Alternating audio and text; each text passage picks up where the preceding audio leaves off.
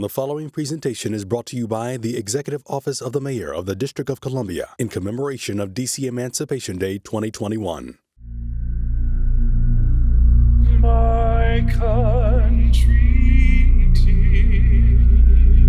This is a fight for the people of the District of Columbia. Every day there's some kind of effect because we're not a state. Washington DC se merece representación en el Congreso. That in this era of racial reckoning, this is our moment. It is important for the people in the District of Columbia to have full status as a part of this country. DC statehood now.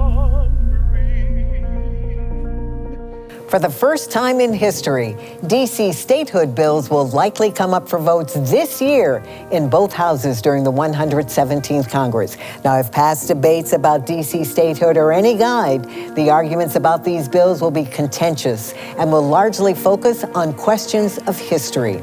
Why should D.C. become a state?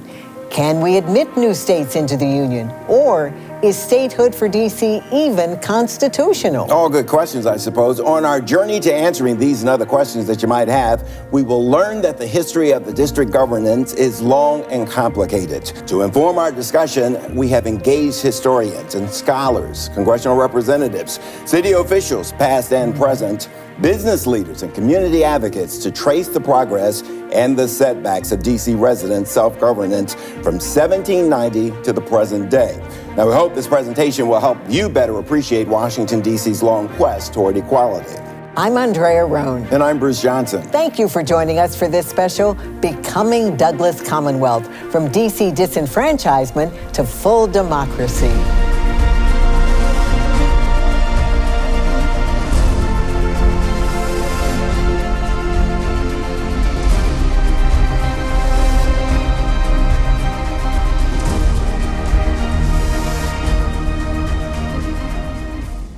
I'm Robert J. Conte III.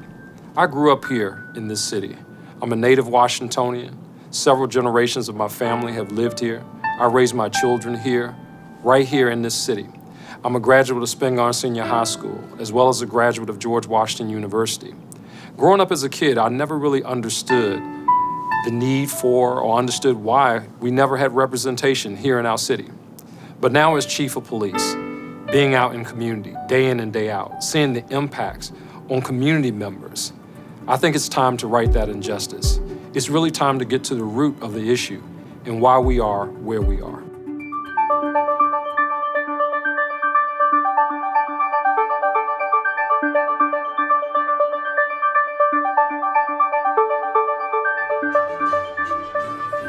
We begin back when it all started. The country was young and new. About 6 years had passed since we fought and won the Revolutionary War. Now our founders were busy charting a course for the country. But there was this important early question. So there was a big debate about where to place the seat of government. Where do we put the capital? Many of the founders, particularly George Washington, envisioned that the city that would land the capital would gain economic benefits there. There would be prestige, and it would become a cultural and commercial center. In 1789, Congress actually votes to place the seat of government in Pennsylvania. This, of course, distresses many Southern representatives, including James Madison and Thomas Jefferson, as well as President Washington, who want to have a Southern capital, not only for those reasons about prestige and economic benefits and so forth, but also because they are concerned about preserving the institution on which the Southern economy rests, and that is slavery. I just don't think people fully understand that this was chosen as the capital as a signal to slavery, So this brand new nation was in search of a capital. There were over 30 available venues, because as you know, George Washington had the oath of office administered in New York. Mm-hmm. The biggest city in America then was Philadelphia, which was the home of the Continental Congress. All of these venues were natural choices to be the capital, but in the room where it happened, the song from the musical Hamilton, Jefferson and Madison cut the deal that this capital would be along the banks of the Potomac because it would be a gesture to the institution of slavery. The room where it happened is all about that compromise. It brought the capital to this place, which was considered the South. The debts that the northern states had from the Revolutionary War were taken on by the federal government. Those founders who lobbied hardest for locating the capital in between Maryland and Virginia, their primary focus is to protect the institution of slavery. And they succeed by locating the capital on the Potomac River between two of the largest slaveholding states in the Union. The Southern-based founders knew enslaved labor would help establish a robust economy in the newly fermented seat of government.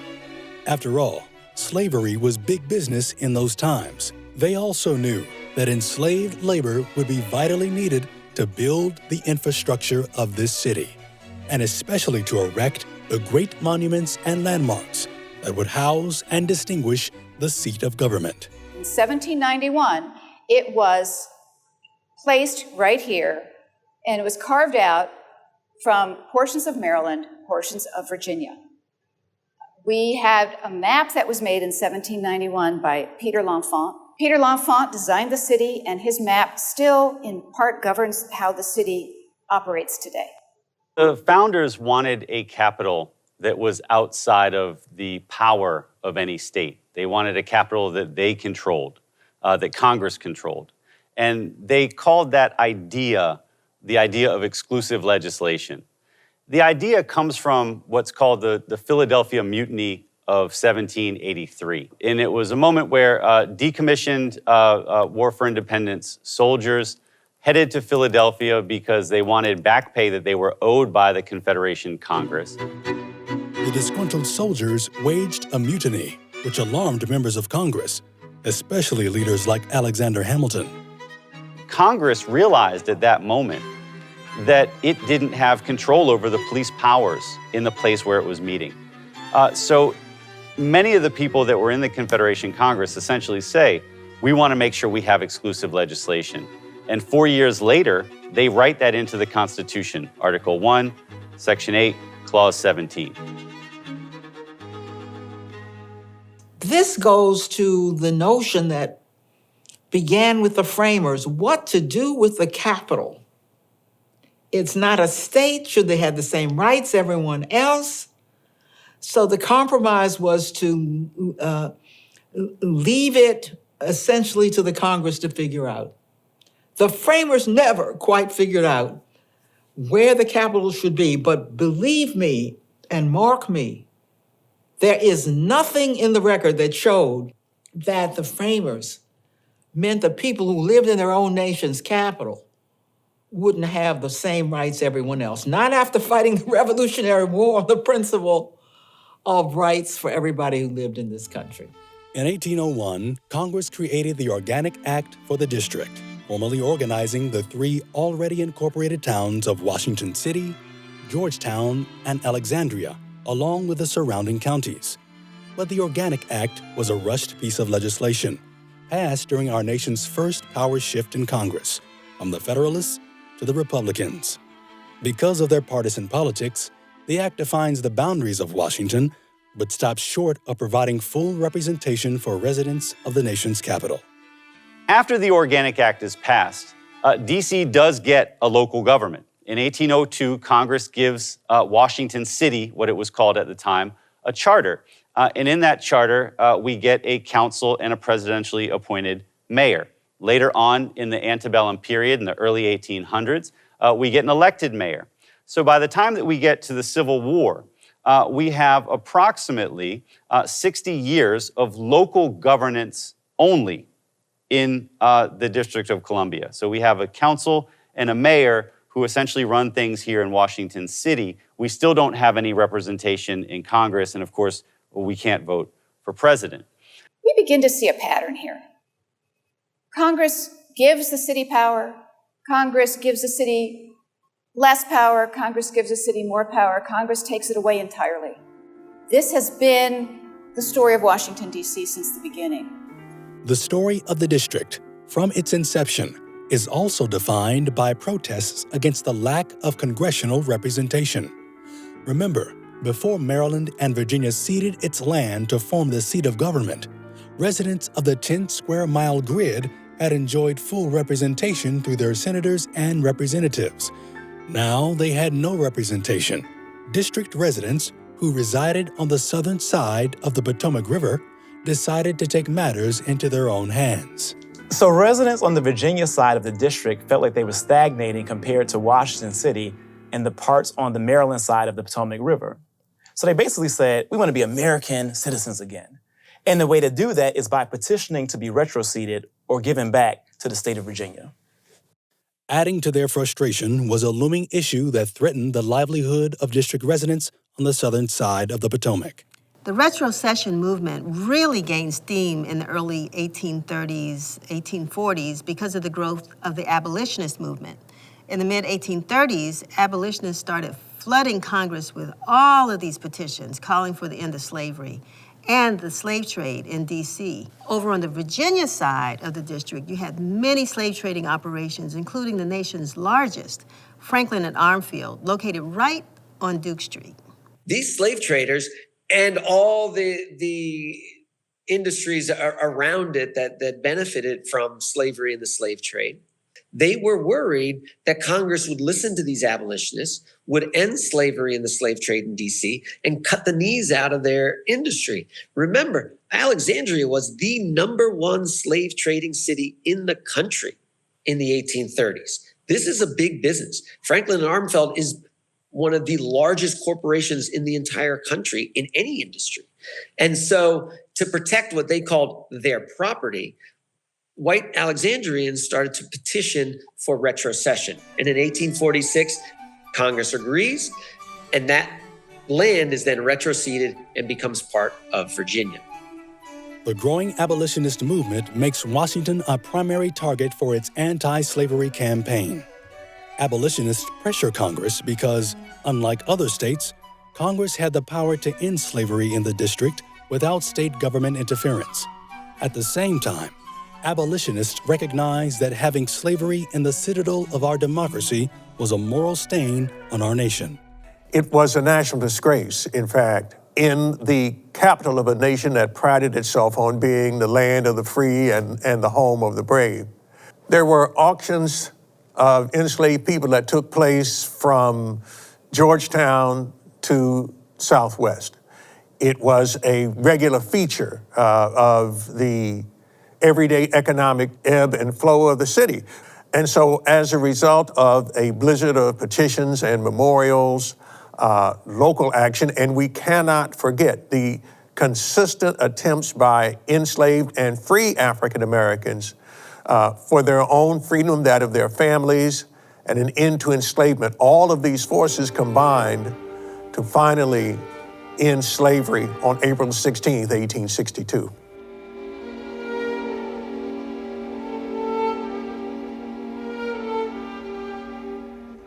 The enslaved people of Washington, D.C. became the first to be emancipated in the nation.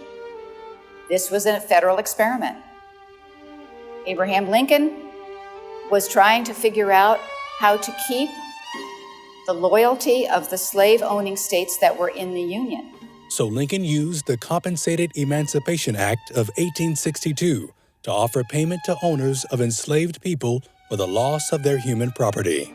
When we look at, in context, D.C. emancipation led to the Emancipation Proclamation.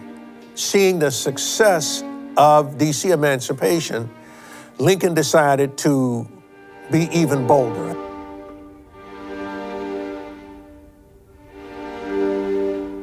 The Congress moves relatively quickly in 1862 towards freedom for the roughly 3,000 African Americans who are still enslaved in the District of Columbia. And once they do that, you get a population of African Americans in the city that's about 15,000 people.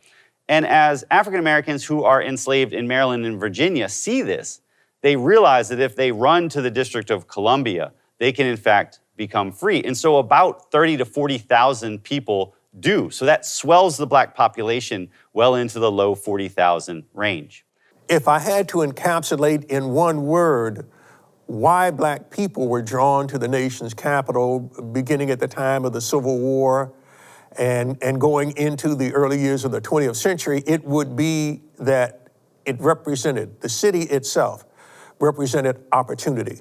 the freedom to vote, the freedom to control your own destiny politically. Fast forward just a couple years. In the mid-1860s, the district is one of the first places in the entire country to get African American suffrage. African Americans get the vote in local elections.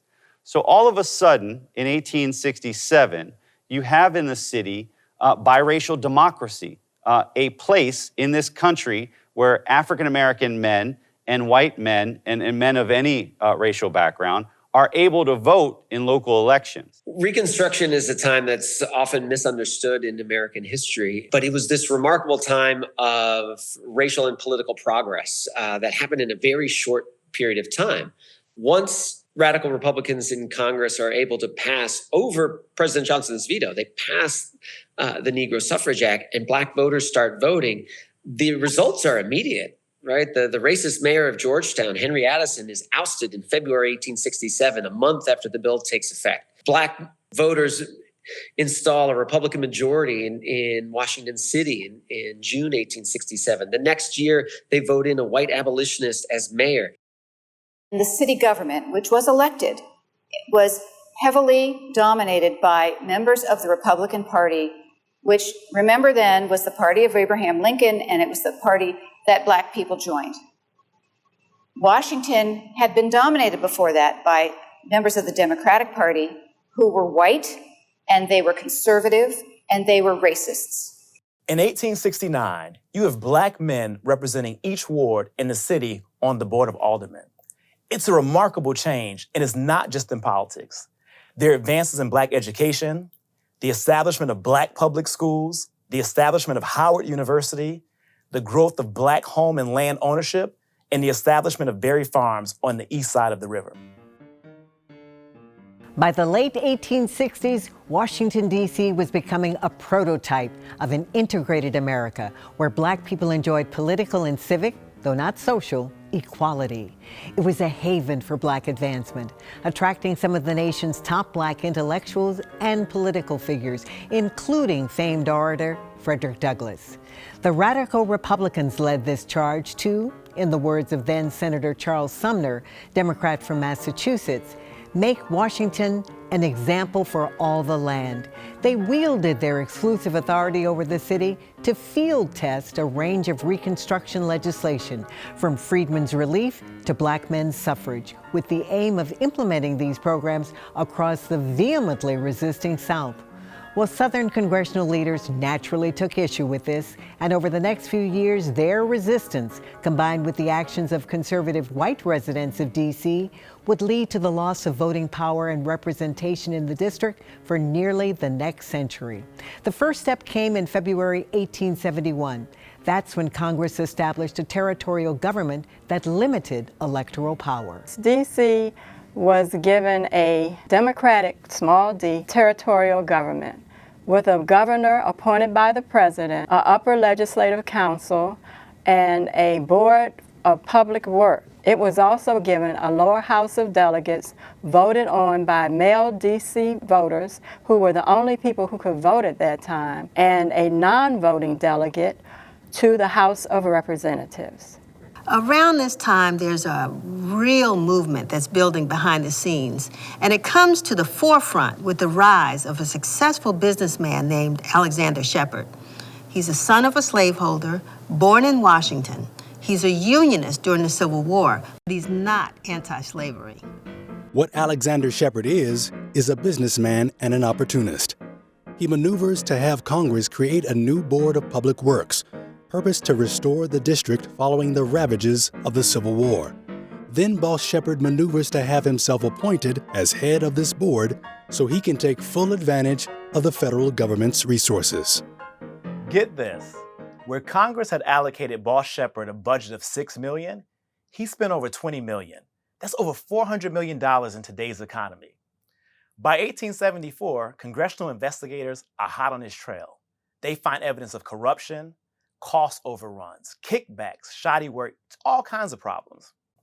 Congress then uses this investigation as an excuse to get rid of all form of elected government in the district. Now, mind you, of the 22 elected legislators of the territorial government, only a few of them were Black. Still, Black voters shouldered a lot of blame as if they had caused the problem. When people looked at the profligate spending of Alexander Shepard and the Board of Public Works, they actually blamed Black voters for allowing Shepard free rein, basically. And so Congress steps in and says, look, in the interest of property and order and good government, we need to take the franchise, take the ballot away from everyone in the district and move towards an unelected city administration where there will be 3 presidential appointees. That's established in 1874 on a temporary basis and is made permanent in 1878.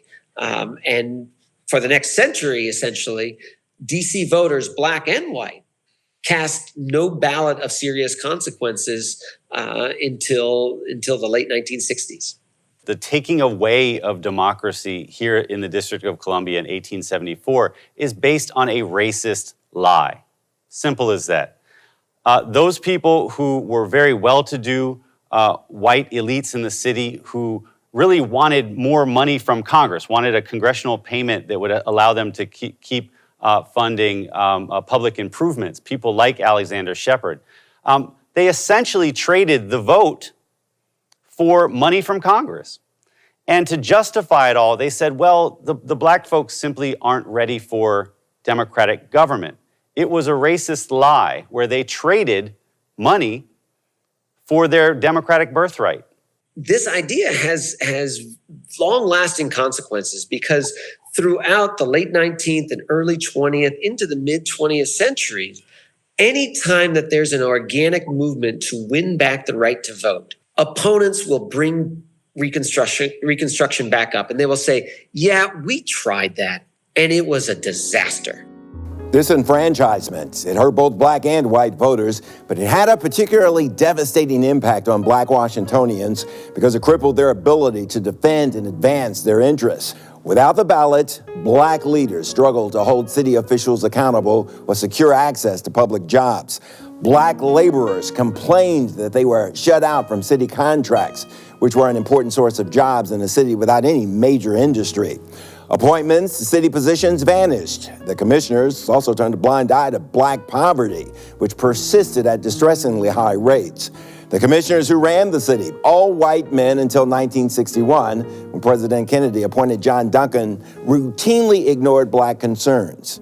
I think it's more for the convenience of Congress and to have some 3 commissioners who would take on the responsibility of day-to-day managing the district. We were delighted when there was an African-American named John Duncan, and we lived not too far from John Duncan. He was a lovely man, but he didn't have a whole lot of power. I mean, he was lucky if he could give you a tag. Seriously.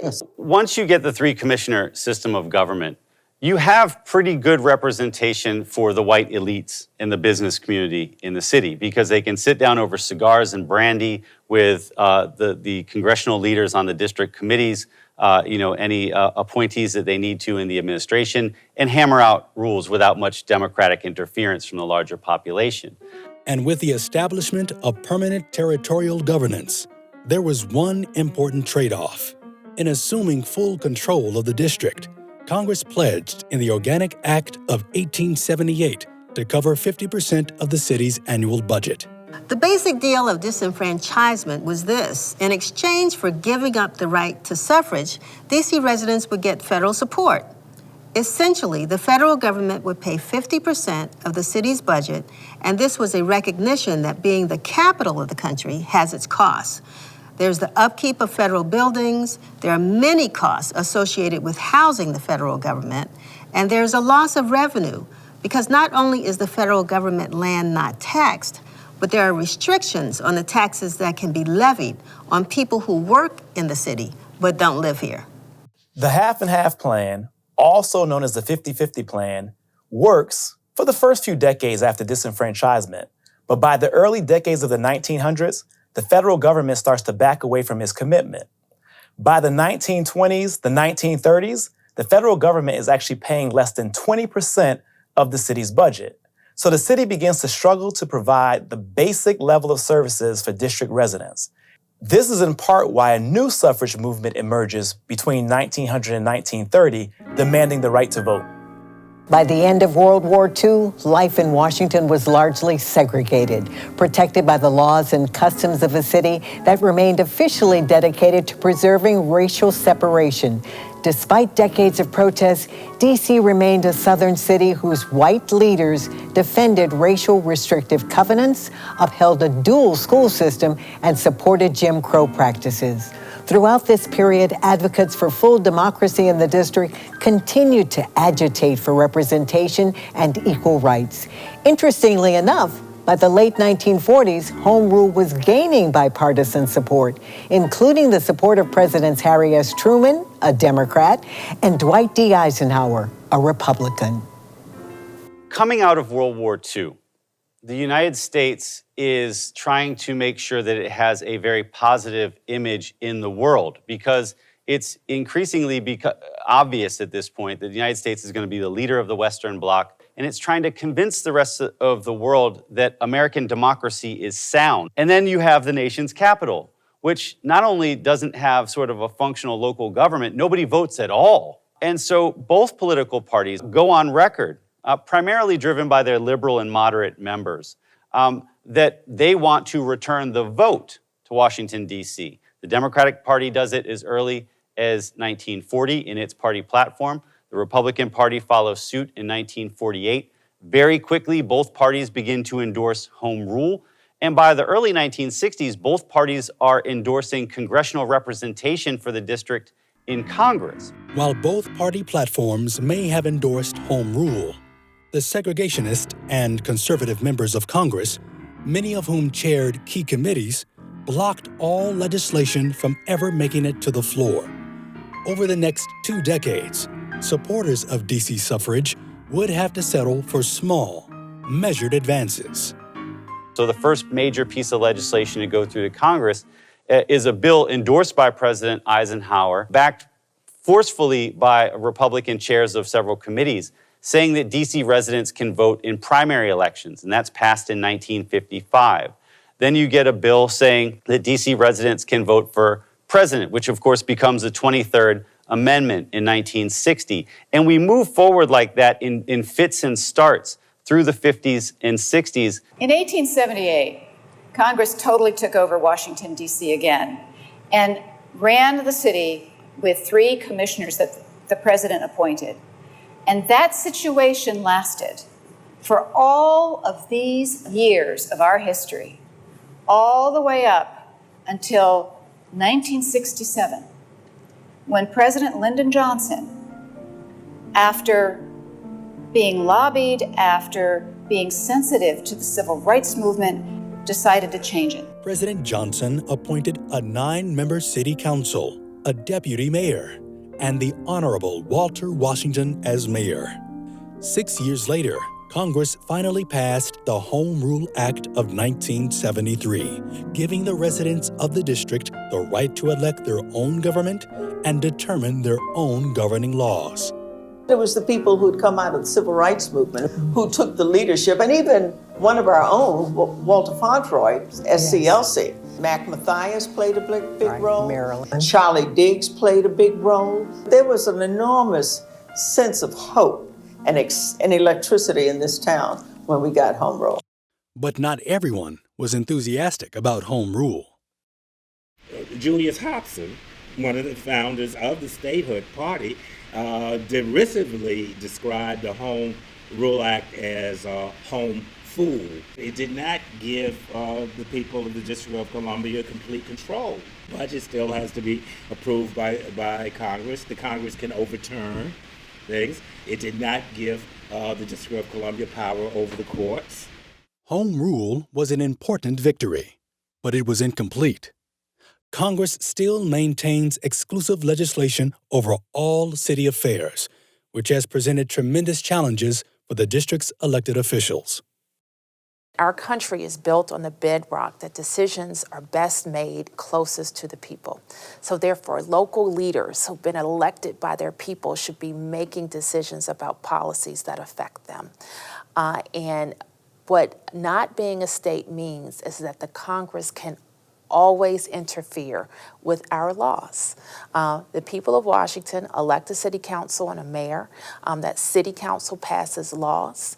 I sign them into law, and that should be it. Instead, there is a check on those laws by the federal government. It's about sovereignty.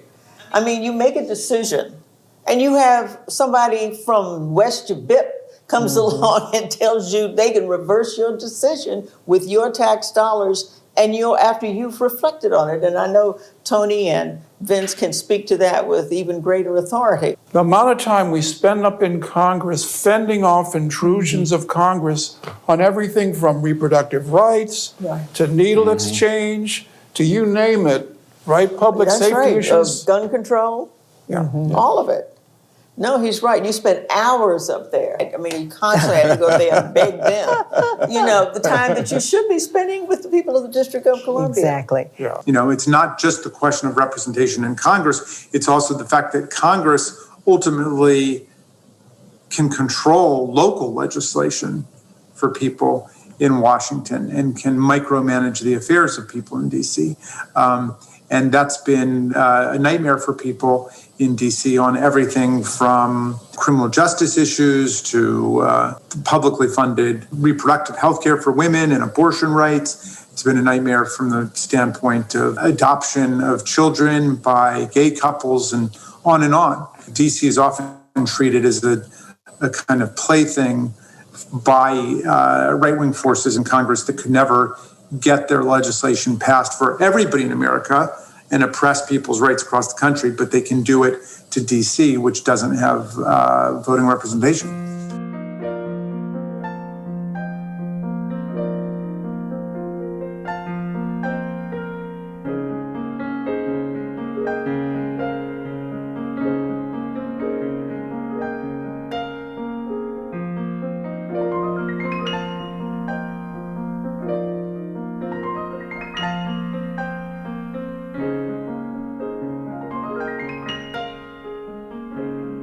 Now that we know more about the history of disenfranchisement, the question we must ask is how would statehood improve the lives of Washington residents?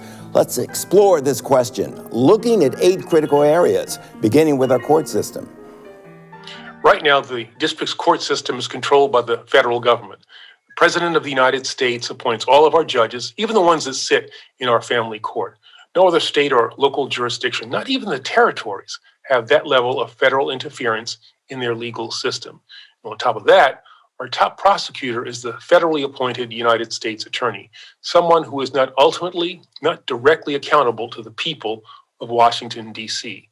Our unequal representation in the justice system is just one more way in which the people of the district do not have the same rights as other citizens of the United States. Health and wellness. The first thing that comes to mind is the congressional rider from years ago on needle exchange. What we saw was a state-of-the-art approach toward reducing the spread of HIV/AIDS and other diseases associated with needles. So we adopted the needle exchange law, and Congress stopped us, prevented it. And as the result of that was statistically shown that the district led the country in incidence of HIV/AIDS. Led the country, exactly the opposite of what we needed for public health. But we didn't have control. We didn't have statehood. The pandemic has been a terrible health crisis. Unfortunately, we in the District of Columbia did not receive our fair share of the resources necessary to protect our citizens. Recently, of course, during the federal government's transfer of resources to state, D.C. was overlooked. That was corrected. What's impressive about how Mayor Bowser and her residents handled it is, though, there was never any misstep, even when the funding was short. Transportation and infrastructure. We've got Maryland as a state, we've got Virginia as a state, we've got Washington, D.C. as a city. Yet people are commuting, they're living in Maryland, they're living in Virginia, and they're coming into the city. How are we going to support that public transportation on the city's budget of $14 billion? compared to these gigantic state budgets that Maryland and Virginia have, and the aid that they can get from the federal government. It is extremely important that when you look at the transportation budget for this country and how it's allocated, the district and their citizens need to be seated at the table, and we need to have support.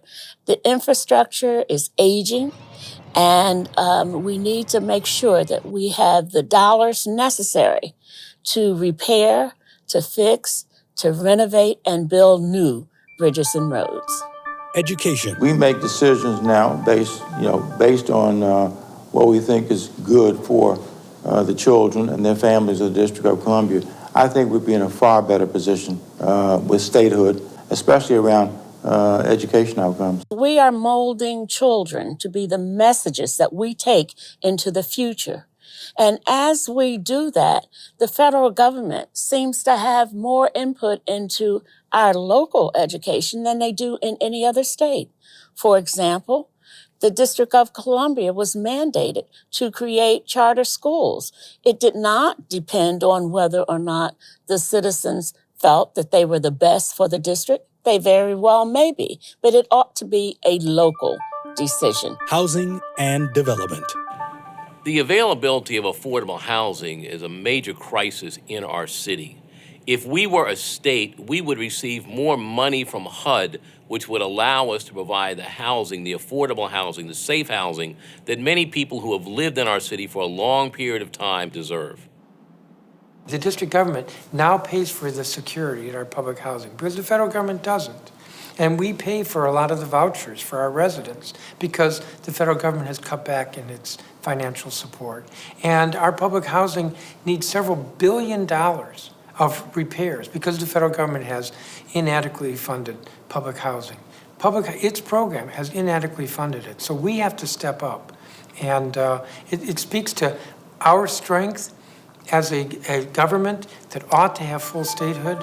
Business and enterprise. I think business fares better because the economy is now growing better, both regionally and locally in the district. The tax system is not anti-competitive to the district. People say, well, the district taxes are too high. If we had a level playing field, a level economic field, you wouldn't have these distortions. So you have to think, if I'm a business and I'm thinking of where to relocate, I can go to Maryland, I can go to Virginia, or I can go to the district. I'm going to be less likely to locate in a place where I know that there's no congressperson that can vote or 2 senators that can advocate for my interests here. So businesses would naturally choose to go to the suburbs, and that's just an unfair advantage that we need to overcome. Maryland has its FDA and NIH. Virginia has its high-tech industry, but now Boeing and the defense industry. I think our ability to attract headquarters companies to this region will be dramatically enhanced. Human rights and equality.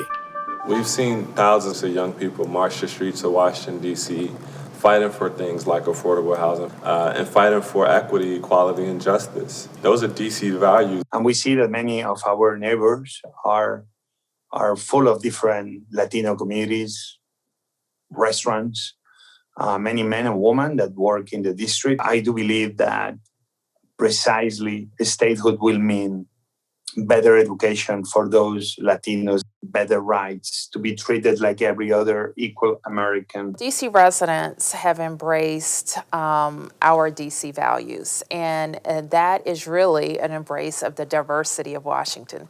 We see diversity as our strength. So no matter where you're from, who you love, what language you speak, DC residents stand shoulder to shoulder with each other. And statehood only strengthens that. Public safety. The one glaring opening in public safety vein is that, we want to be able to control the National Guard just like every other governor does. We want to be able to control local streets just like every other governor. This need to control our National Guard and to safeguard our streets became a harsh reality earlier this year during the tragic events of the Capitol insurrection. On January the 6th, 2021, the Metropolitan Police Department deployed over 1,000 officers to defend our nation's capital. In essence, defend the democracy of this country.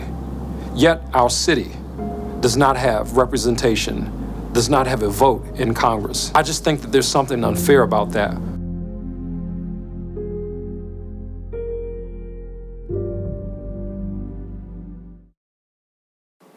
Statehood will not solve all of the challenges we face as Washingtonians, but it will certainly level the playing field. Beginning in January of 2019, statehood for D.C. has taken a positive turn in the chambers of Congress.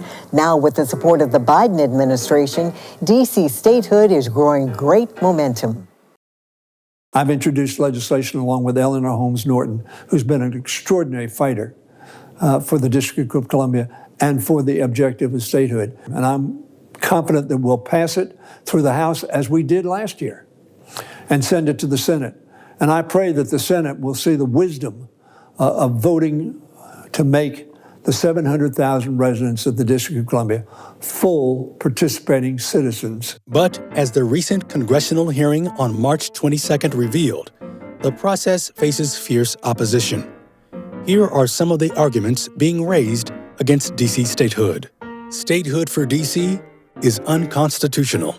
Congress has the power to admit new states under Article 4 of the Constitution. There have been constitutional objections leveled against every statehood admission. The one that's being leveled against Washington, D.C. is that somehow the federal district is frozen and the boundaries can't change, because that is the statehood proposal, to shrink the federal district to include the White House, the Capitol, the mall, the federal buildings, and then to cede the residential lands to the new state, which would be admitted under congressional powers. But the power of Congress to modify the boundaries of the federal district has already been well established. Alexandria, Arlington, and Fairfax County used to be part of the District of Columbia and were retroceded in 1847 to Virginia. And there was no constitutional problem with it, and there should be no constitutional problem with changing the boundaries today in order to admit the new state. Statehood requires a constitutional amendment. Statehood does not require a constitutional amendment. Every new state since the original 13 colonies was admitted simply by an act of Congress. And the same would be true of the District of Columbia. New states have usually been added in pairs. The argument that statehood is usually granted in pairs is misleading at best and downright dishonest in some ways. Now, while Alaska and Hawaii both gained statehood together in 1959, there is no real precedent that two states need to join at once.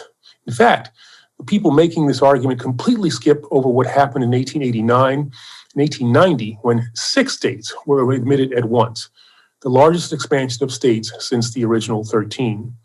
The rush to admit these states came after one party grew concerned that they were losing favor with the American people, so they added 12 new senators and 18 new electors to the Electoral College from an area of the country that favored their policy and political positions. D.C. statehood will weight Congress in favor of the Democratic Party. Oh my gosh. So there is an argument, of course, made by mostly Republican members of Congress who say, oh, this is just a power grab, that the Democrats are trying to make D.C. a state so that they will have more representation in Congress. Well, hey, here's an idea for the Republican Party. Try to get those votes. Try to get those votes. Try to get elected in D.C. But more foundational even to this, my concern with this argument is that there are right now in this moment, there are 50 Republican senators and there are 50 Democratic senators elected to the Congress right now. The 50 Democratic senators represent 41 million more Americans than the 50 Republican senators represent. And that's because the Senate is the original gerrymander written into the Constitution, and written into the Constitution explicitly to protect slavery and then use after the Civil War to protect Jim Crow and to set it up. What do we do with the 23rd Amendment? Well, part of the proposal is to repeal the 23rd Amendment, which gives the current district 3 electoral votes. And there would be great incentive for the remaining states to do that, because if anybody could exercise those 3 electoral votes after the Douglas Commonwealth is a state, it would be a very small number of people. It's a question mark whether anybody could actually exercise those votes, because the only people who would likely live in the remaining district would be the president and his family, who by definition are residents of another state. D.C. should be retroceded back to Maryland. And what do we become? A county of the state of Maryland then? I think it's such an insult to suggest that we should retrocede, to Maryland. I think we have made the case amply for the right to be able to be a state. That's an argument against 700,000 people who don't want to be absorbed by somebody else. They are the District of Columbia. They want to be their entity, and very frankly, we granted them home rule. Retrocession is not an option. D.C. is not ready for statehood. The city is being well run. We have had moments in our city's past, as have a lot of other main cities, where there is a bad example or bad moment in time where there's corruption or perhaps different kind of leadership and decisions that are being made. But that's not endemic to Washington, D.C. The district's economy is as strong as it's ever been, and is as strong as any place in the country right now. We also have more reserves per capita than any other municipality or state in the country. We've balanced 24 years of budgets. Our city has a good economy. We are well financed. What's very important to know is that the district already is a donor to the federal government. And what I mean by that is that we pay more in federal taxes than we get back in federal programs. And we've done that by building a very diverse economy. DC pays for all of our programs from state and local taxes that we collect from our residents. We're treated like a state in most federal allocations, so we don't get any more than any state in the union gets in terms of housing assistance or in terms of Medicaid or support of federal programs involving education. D.C. does not have much of a working class. One opponent of D.C. statehood said that D.C. didn't deserve statehood because it was, the same size as the state of Wyoming. But he said that the people of Wyoming were a population that were more well-rounded and more working class. I don't think statehood relies on having certain numbers of people in different classes. But the notion that we don't have a working class in D.C. Is also completely wrong. Today, most working class people all over the country work in the service industry, not in those traditional blue-collar jobs. They are in retail and leisure and hospitality and administrative support and the lower end of healthcare and elder care, personal services. They all work very hard, often for very low pay. But today in America, working class is much more of a service industry phenomenon rather than the old industries like manufacturing. D.C. does not have agriculture, mining, and manufacturing. Anyone who goes around the District of Columbia will see lots of other kinds of establishments of exactly the kind you have in the state. So that argument to make us somehow singular as a jurisdiction from other places, simply because, as some Republicans say, we don't have cows and we don't have steel mills, does not understand how varied the economies of our states really are. In the first century of America's economy, agriculture was dominant. And yeah, maybe we didn't have a lot of farms. In the Industrial Revolution, when heavy manufacturing was the dominant part of our American economy, maybe we didn't have a lot of factories. But right now, in the 21st century tech economy, we are a leader in innovation. The fastest growing sector is the private sector in Washington, D.C. The federal government isn't growing jobs. And we have focused, and we will in our new state, focus on how we build jobs of the future, jobs in technology, jobs in hospitality, jobs in higher education, and jobs in medicine and health. These are all growing sectors in Washington, D.C. To be clear, the Constitution does not define statehood by the characteristics of a territory, but solely by the will of a territory's residents to become loyal citizens. As the following voices affirm, this is why statehood for D.C. should matter to all Americans. I think when people find that they live in a country where the people who live in their own capital don't have equal rights, that brings shame and, beyond that, a determination to do something about it. There is a growing movement for DC statehood across the country, not professional politicos, but normal everyday people across the country who are focused on what we can do to save democracy. Every moment that DC isn't a state is every moment that we're losing progress on the important issues that we care about and that we're fighting for as young people. Well, as a registered Republican, I've always felt that government that's closest to the people is the most effective, subject, of course, to constitutional protections and equal protection. But I think it's important to have a government that's available and accessible to the people of the district and that has its voice in Congress as well as a legislature here. Full statehood for the District of Columbia means that every American can now stand proudly and say, we're a country that not only talks democracy, but we practice it.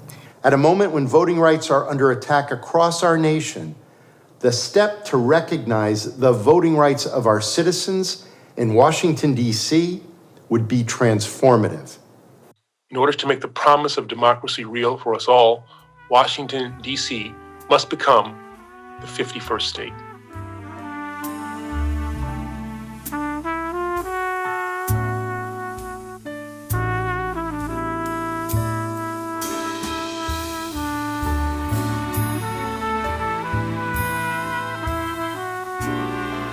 As we draw this special to a close, we invite you to dream with us about what the future state of Washington will be. And while the name Douglas Commonwealth is only a suggested name at this stage, it is a name that represents great promise, and it connects our present course with over 220 years of D.C. history in the fight for full democracy.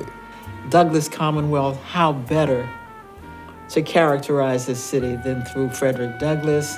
We want to be telling every Washingtonian and every person in America and around the world that in Washington, we will be here in the 21st century fighting for the rights and the well-being of every single citizen. Statehood will free us.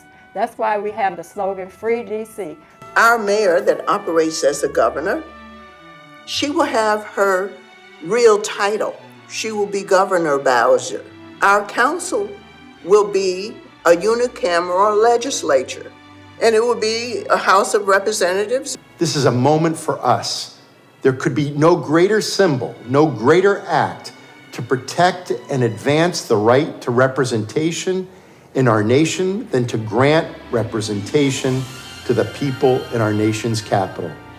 The way you know we're different is look at what that DC means. Not District of Columbia. We're Washington Douglas Commonwealth. We will be where we should be, equal, and I think when you compare to the other states, a shining star. We will be fully part of the union. We'll have 2 senators, we'll have representation.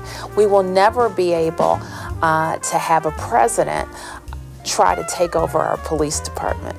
We will never be silent in discussions about the confirmations of Supreme Court justices. We won't have to look at our children and say, you have to move if you aspire to be a senator or a governor. Because those aspirations that children in the 50 states across our nation have, our children can have right here at home. My parents grew up in this city before we had home rule. I grew up in this city under the era of home rule. Maybe my kids can grow up in an era where DC has statehood. where our voices, the voices of community, the voices of all the young people in the communities that we serve day in and day out, where those voices are heard in Congress, where those voices are heard across our country, because we matter. I deserve representation. Io mi merito di essere rappresentato. I deserve representation. And I deserve representation. I deserve representation. Eu mereço representação. I deserve representation. Yo quiero ser representado. I deserve representation. I deserve representation. I deserve representation. I deserve representation. I deserve representation. أنا قدمت علي. I deserve representation.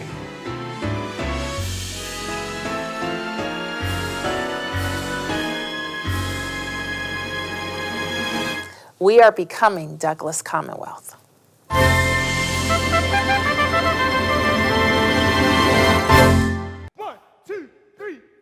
Voting rights we're fighting for. 5, 6, 7, 8. We cannot afford to wait. I think that DC should have statehood so we can have equal representation in Congress. I deserve representation. I think DC absolutely deserves statehood. We deserve the same representation as everybody else in this country. Yeah, I've been a resident of DC since 1969 for 60 years. Grew up in Adams Morgan. And it's time for us to have statehood. It's time for we pay taxes like everybody else. There's a huge amount of people here and they aren't having their voices heard. It's absolutely stupid. I don't understand it at all. I'm a resident of Ward 7 and I demand representation. Apoyamos que DC se convierta en un estado, puesto que mucha gente vive en la ciudad es mucho más que edificios del gobierno. Tiene una población mayor que otros estados en el país. I've been here for 30 years and I love it here. A lot of more good things coming our way if they was to turn this into a state. We are 700,000 strong. We need a right to make our voices heard in the government. We deserve representation. I think we need statehood because we have taxation without representation. I'm in support of DC statehood. We're getting taxed, but we're not getting represented the same way. So, DC is a dynamic, exciting, wonderful place to live. I've lived here for 34 years. They don't need external forces to tell them how to live.